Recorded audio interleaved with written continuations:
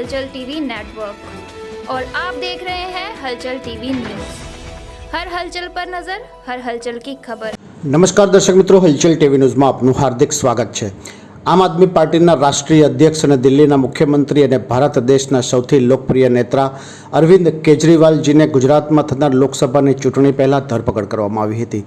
તેમના ગત રોજ કોર્ટ દ્વારા શરતી જામીન મંજૂર કરવામાં આવ્યા હતા, જેની ઉજવણીના ભાગરૂપે આમ આદમી પાર્ટી આણંદ જિલ્લા સંગઠન દ્વારા આણંદની ગણેશ ચોકડીએ દારૂખાનું ફોડી પરસ્પર એકબીજાને તથા રાહદારીઓને મીઠાઈ ખવડાવી મોઢું મીઠું કરાવી ઉજવણી કરવામાં આવી હતી।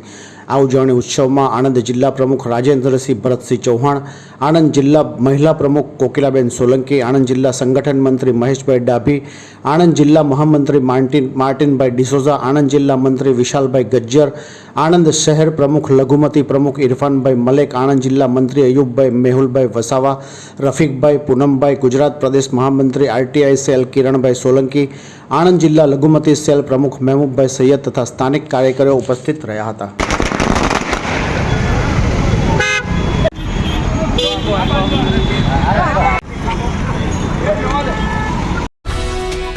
ये है हलचल टीवी नेटवर्क और आप देख रहे हैं हलचल टीवी न्यूज़। हर हलचल पर नजर, हर हलचल की खबर।